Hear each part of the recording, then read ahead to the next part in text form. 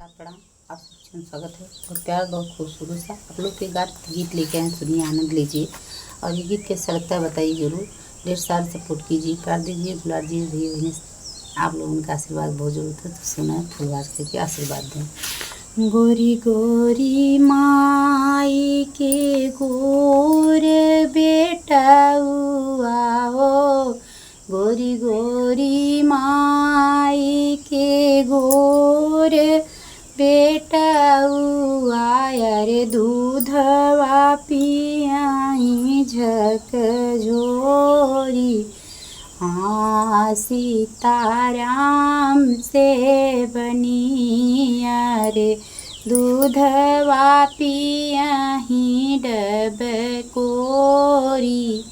हाँ सीताराम से बनी, दूधवा पियत बेटा बतिया कर तू है, दूधवा पियत बेटा बतिया कर तू है। माई दे तू ना माउर गुछाई। हाँ सीताराम से बनी, माई दे त्यू ना माउर गुछाई। हाँ सीताराम से बनी, लग देता मोरे बेटा जेठ बई सखवा हो, लग देता मोरे बेटा जेठ बई सखवा। अरे बैठाई देता सुघर सोनरवा। हाँ सीताराम से बनी, अरे बैठाई देता सुघर सोनरवा।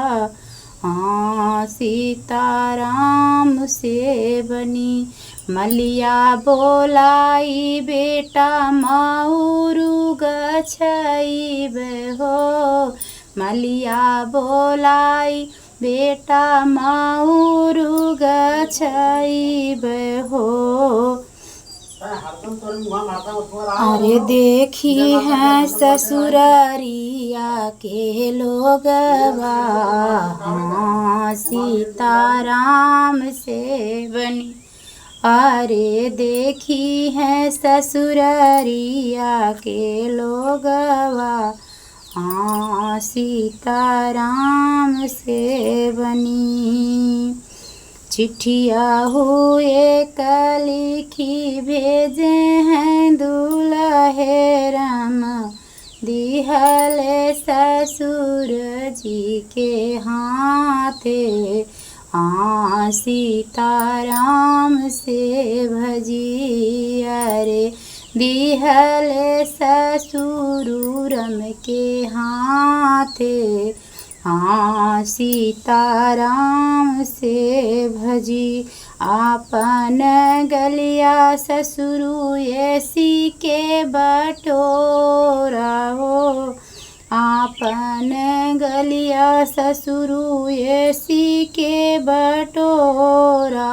अरे आरू जय माउरवा के झोपवा। हाँ सीताराम से भजी किया रे, आरू जय माउरू काय झोपवा।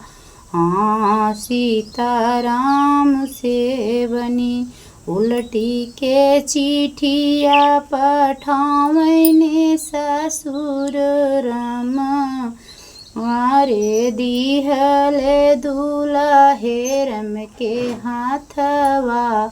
हाँ सीताराम से बनी, अरे दिहले दूल्हे रम के हाथवा।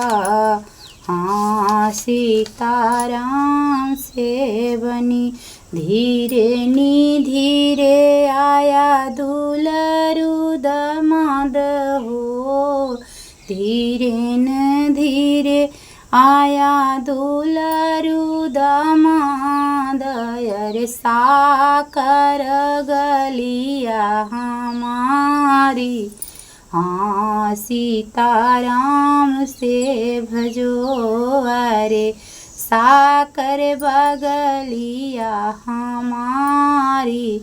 हाँ सीताराम से भजो गोरी गोरी माई के गोर बेटउआ रे दूधवा पियही डबकोरी। हाँ सीताराम से भजो। धन्यवाद।